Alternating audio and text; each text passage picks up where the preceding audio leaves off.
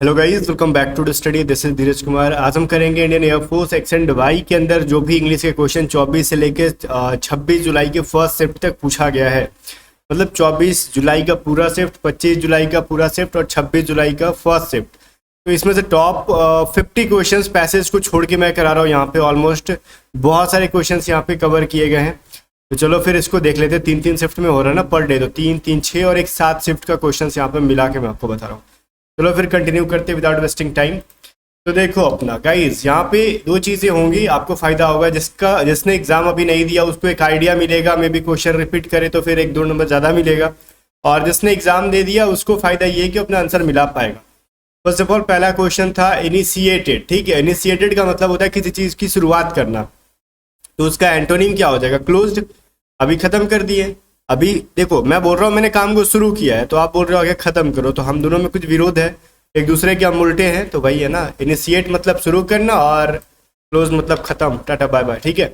अब Fury, Fury का मतलब क्या होता है भाई? फरी या फिर फ्योरी जो भी बोलते हो, फ्योरी पढ़ते हैं इसको। इसका सिनोनिम्स पूछा गया है, तो उसका सिनोनिम्स होता है, फ्योरी का मतलब पहले होता है गुस्सा होना, तो एंगर होना। तो ये शायद आपके ऑप्शन में था भी। ठीक है। देखो क्वेश्चन नंबर 3 में कह रहा है न्यूज सरप्राइज्ड अस। ठीक है। अब देखो एक चीज यहाँ पे अब सवाल उठ रहा था ना कि we are surprised by news नहीं होगा, यहाँ पे सरप्राइज एट न्यूज होगा। बिकॉज मैंने ही बताया था आपको ना कि सरप्राइज के साथ एट लगता है।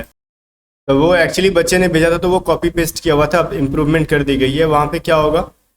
We were surprised at news. अब देखो ऐसा क्यों? क्योंकि सरप्राइज का भी अपना कुछ फिक्स प्रीपोजिशन होता है। मैंने बताया था जिस दिन मैं वॉइस एक्टिव पैसिव करा रहा था कि देखो जो चीज़ों के साथ जो फिक्स प्रीपोजिशन लगते हैं उनका प्रीपोजिशन एज इट इज आता है, उनको हम चेंज नहीं कर सकते।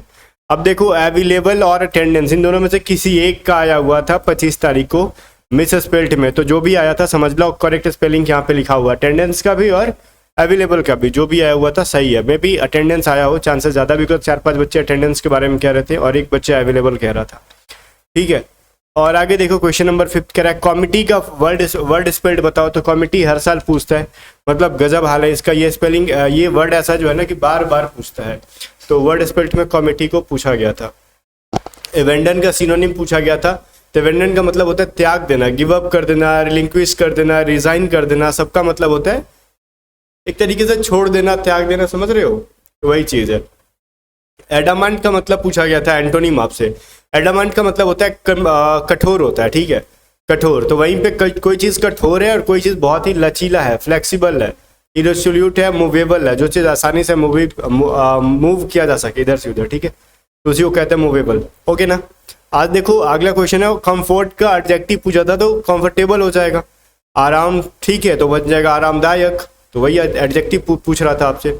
पॉलीगैमी, जो एक से ज़्यादा शादी करता हूँ, ठीक है, वही चीज़ है पॉलीगैमी।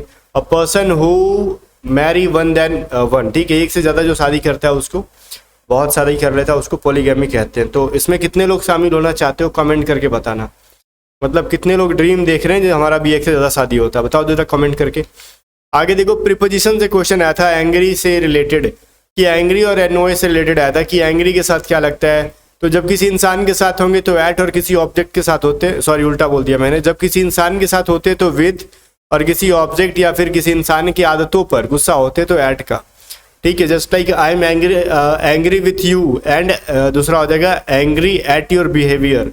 अगर मैं आपसे गुस्सा हूँ तो विथ, अगर आपके बिहेवियर से हूँ तो फिर एट। समझ में आ गया? वही चीज़ एनओए के साथ भी है। 11 नंबर है one who talk too much, जो बहुत ही ज़्यादा बोलता हो, मतलब बोलते बोलते चुप ही ना लगाए, उसको टॉकेटिव कह लो या फिर गैरुलस कह लो, दोनों एक दूसरे के सिनोनिम है। अब डिपेंड करता है कि ऑप्शन में क्या था। वन वर्ड सब्स्टिट्यूशन आपसे यहाँ से पूछा गया था। जो बहुत ज़्यादा बोलता है उसको टॉकेटिव कह लो या फिर गैरुलस कह लो। ठीक है। रेनिंग कैट्स एंड डॉग, मतलब ये एक ईडियम है। रेनिंग कैट्स एंड डॉग मतलब होता है मूसलाधार बारिश होना, मतलब बहुत ही ज़्यादा बारिश होना, हेवी रेन। ठीक है, तो बहुत ही ज़्यादा बारिश होना मतलब हेवी रेन, तो मतलब भारी वर्षा होना। फिलहाल सावन का महीना है जहाँ बारिश हो रहा है, दबा के हो रहा है। एमनेस्टी का पूछा गया था। एमनेस्टी का मतलब होता है किसी को क्षमा कर देना, छोड़ देना। ठीक है, सिनोनिम हो जाएगा पैर्डन, रिलीज या फिर फ्रीडम। ठीक है, छोड़ दे रहे हैं हम लोग, मुक्त कर दे रहे हैं उसको, तो वही एमनेस्टी का मतलब क्षमा दया, मतलब क्षमा दान, छोड़ देना, मुक्त कर देना, वही चीज़ है। आपसे जो ऑप्शंस में दिए गए, जो भी ऑप्शन में था आप यहाँ से आंसर कर सकते थे। ऑप्शन बच्चे याद करके नहीं आते, खाली क्वेश्चन बताते हैं। हारमोनी का एंटोनिम पूछा गया था। हारमोनी का मतलब क्या होता है? हारमोनी का मतलब जस्ट लाइक हमारा और आपका कितना मधुर संबंध है। ठीक है, और किसी कंट्रोवर्सी में पढ़ के वही मधुर संबंध आप लोग खराब कर लेते हो, मतलब किसी भी यूट्यूबर को उल्टा सीधा बोलते हो किसी एक के लिए, तो वही हो जाता है, उल्टा हो जाता है डिसलाइक करना और हेटरेट करना, ठीक है, हेट करना। तो वही चीज़ें मैं कंट्रोवर्सी क्यों बार बार यूज़ कर रहा हूँ आप समझ रहे होगे। देखो कंट्रोवर्सी में ये देखो नुकसान वहाँ पे स्टूडेंट का होता है। देखो यूट्यूबर तो अपना फ़ायदा हो जाते हैं, अपना अपना माल बेच लेते हैं, ठीक है, कंट्रोवर्सी का फ़ायदा उठा के, जिसको लॉस होता है वो समझते रहता है स्टूडेंट को। दो टीचर लड़ेंगे और बीच वाले मजे ले रहे होते हैं, ठीक है। आगे देखो स्केप गॉड का मतलब होता है मिसस्पेल्ड पूछा गया था, जैसे होता है ना बलि का बकरा बन जाना, स्केप गॉड का, ठीक है। तो मिसस्पेल्ड एक पूछा हुआ था। वहीं पे क्वेश्चन था Kartika is writing a poem, ठीक है। तो इसका पैसिव बनाना था आपको, तो पोएम यहाँ पे बन जाएगा, ऑब्जेक्ट था तो सब्जेक्ट इज बिंग लगेगा, बिकॉज ये क्या है कंटिन्यूअस टेंस के अंदर है, प्रेजेंट कंटिन्यूअस में, तो is being written by Kartika. तो बिल्कुल भी इजी सा कंसेप्ट था। इंग्लिश बहुत ही नॉर्मल सा पूछ रहा है, इंग्लिश डिफिकल्ट नहीं पूछ रहा। डिफिकल्ट कर रहा है जनाब तो उधर रागा वगा कर रहा है और फिजिक्स और मैथ कर रहा है भाई एक्स ग्रुप का। इंग्लिश नॉर्मल है। आगे देखो 16 दो बार रिपीट करा दिया हमने, तो यहाँ पे टोटल 51 क्वेश्चन है गाइस। आगे कह रहा है ड्रॉ अ लाइन, ठीक है। ड्रॉ अ लाइन का मतलब होता है सेट अ लिमिट करना। एक बच्चे का कमेंट आया था सर ऑप्शन में दिया हुआ था स्केच या drawing, but guys draw a line का मतलब स्केच खींचना नहीं होता, ठीक है। जहाँ भी आप देख लो केडी पब्लिकेशन बुक में देख लो, ठीक है। मैंने तो केडी पब्लिकेशन ही बुक 4 साल पढ़ा है लगातार, ठीक है, जिसके बदौलत मैंने बहुत सारे एग्जाम्स क्रैक किए हैं। तो ड्रॉ अ लाइन का मतलब वही हमने पढ़ा है सेट अ लिमिट, मतलब वो होता है ना लिमिट निर्धारित कर दो, चाहे वो केडी पब्लिकेशन हो जाए, इवन आप इंटरनेट पे गूगल पे सर्च कर लो draw a line idiom meaning. तो एक बच्चे का कमेंटर था स्केच या ड्राइंग, वैसा कुछ मैंने तो आज तक पढ़ा नहीं है, बट आपके हो सकता है कि ऑप्शन में होगा, बट सेट अ लिमिट से रिलेटेड भी कुछ ना कुछ होगा जरूर, ठीक है। सॉर्डेड का मतलब क्या होता है सिनोनिम, कोई भी चीज़ अनप्लीजेंट होना, तो अनप्लीजेंट ऑप्शन में था शायद, वही आंसर हो जाएगा आपका। डर्टी स्लीजी ये सारा चीज़ है इसका। एक्यूमुलेट का मतलब होता है किसी चीज़ को संचित करके रखना, ठीक है, बटोर के रखना।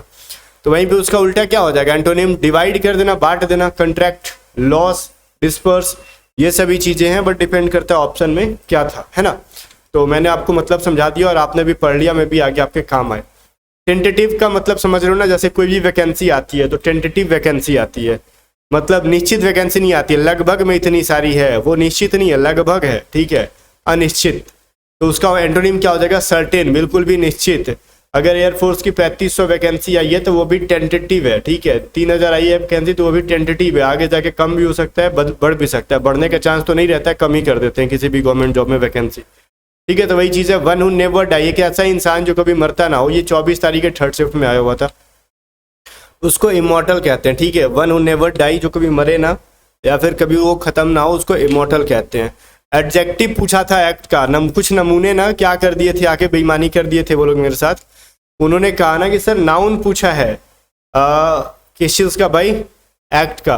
तो एक्ट का मतलब नाउन तो एक्शन होता है, तो कह रहे ऑप्शन में एक्शन है भी नहीं, एक्चुअली नाउन पूछा ही नहीं था, एडजेक्टिव पूछा था। वो नमूने अच्छे से क्वेश्चन बताते नहीं है, परेशान कर दिए। फिर मैंने भी सोचा मैंने गलती बता दिया क्या, फिर मैंने चेक किया तो बिल्कुल भी सही मैंने बताया था।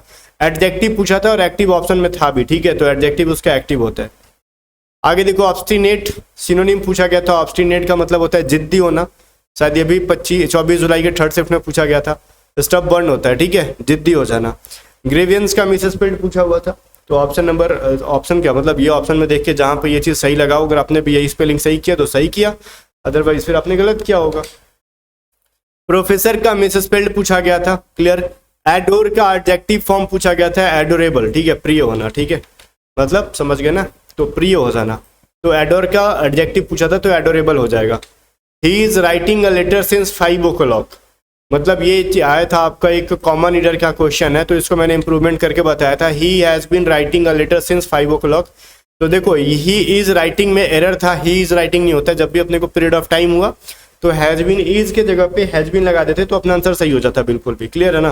चलो फिर आगे क्वेश्चन देखते हैं। अगला क्वेश्चन क्या है सर अपना 27 में था, एनफ का सिनोनिम आया था तो सफिशियंट होता है पर्याप्त, ठीक है। मे भी और कुछ ऑप्शन में हो सकता है, बट हमने जनरली सफिशियंट ही देखा हर एग्जाम में। एक 28 नंबर में क्वेश्चन था, if I were bird I dash fly in the sky, अगर मैं पक्षी होता तो मैं क्या करता, I would fly in the sky हो जाता। बिकॉज गाइस क्यों वुड हो जाता है यहाँ पे, रीजन जानते हो, क्योंकि ये इमेजिनरी है, ठीक है। मैं इसका PDF आपको टेलीग्राम पे दे दूंगा शाम तक, तो टेलीग्राम चैनल ज्वाइन कर लो। टेलीग्राम पे सर्च करना @A2Z स्टडी, ठीक है।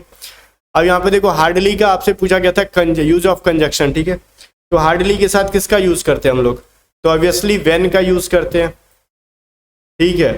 देन का यूज नहीं करते हम लोग हार्डली के साथ।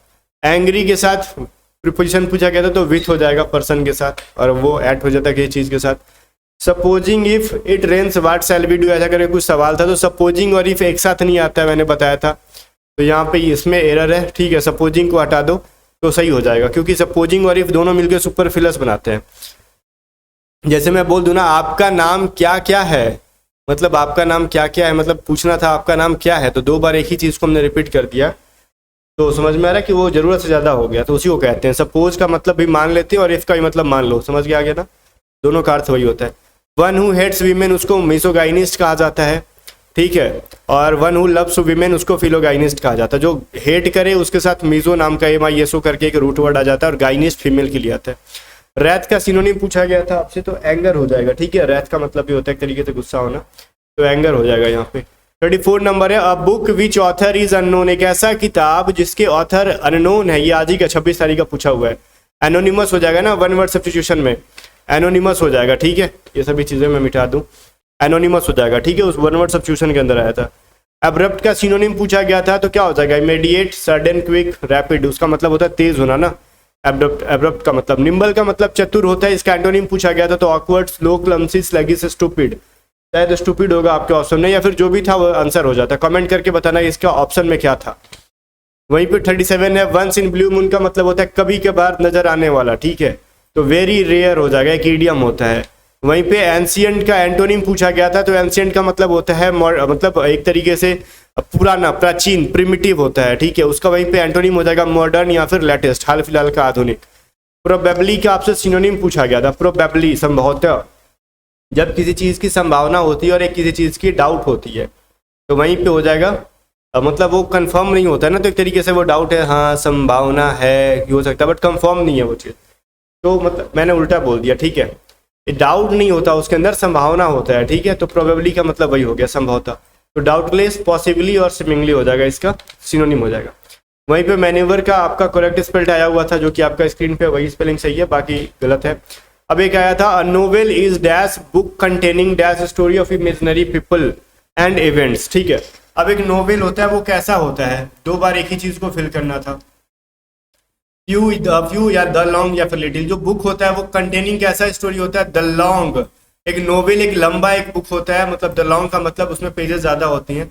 The novel is the long book containing the long story of imaginary people, ठीक है, मतलब उसके अंदर बहुत बड़ा एक स्टोरी होता है, एक बहुत बड़ा किताब होता है, इतना बड़ा इन द सेंस कि ऐसा नहीं कि साइज में बड़ा नहीं होता है, बड़ा का मतलब उसके अंदर कंटेंट्स जो होते हैं, कंटेंट्स उनके कंटेंट वो होते हैं, और जस्ट टाइम टेकन बुक होता है वो, तो लॉन्ग होगा, क्योंकि नोवेल तो बहुत बड़े बड़े चीज़ों में इस्तेमाल होता है ना, पढ़ते, मतलब नोवेल तो एक तरीके से बहुत बड़े बड़े बुक्स होते हैं, जिनको एक दिन में खत्म कर पाना थोड़ा मुश्किल होता है।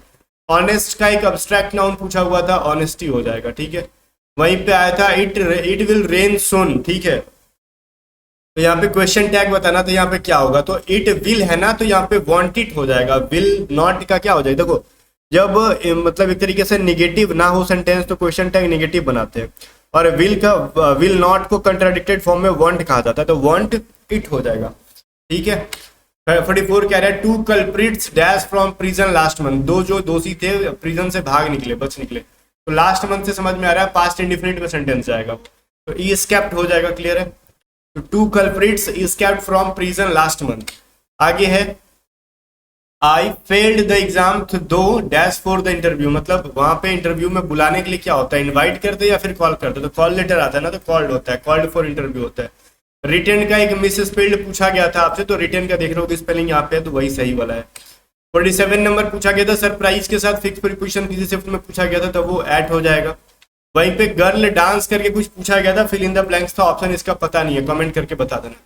एवोरेंट का सिनोनिम पूछा गया था, तो एवोरेंट का मतलब होता है हेट करना या फिर डिटेस्ट करना, ठीक है, या फिर डिसलाइक करना, ठीक है, तो वही मतलब नफरत कर देना, तो यही सही आंसर है इसका। और डेमोक्रेटिक का मिस स्पेल्ड पूछा हुआ था, ठीक है, तो ये जो है सही चीज, मतलब क्वेश्चंस मैंने आपको लाके दिया, इसके लिए एक लाइक तो बनता ही है। अगर आपने डिजिटल स्टडी को सब्सक्राइब नहीं तो कर लो, टेलीग्राम चैनल को ज्वाइन कर लो, वीडियो को लाइक करके शेयर कर देना, और भी अगर कुछ मन है तो कर देना, क्या कर सकते हो और ज्यादा कमेंट करके, और भी ज्यादा क्वेश्चंस याद है तो वो बता देना, ठीक है। बाकी गाइस मिलते हैं नेक्स्ट वीडियो में, तब तक के लिए बाय बाय।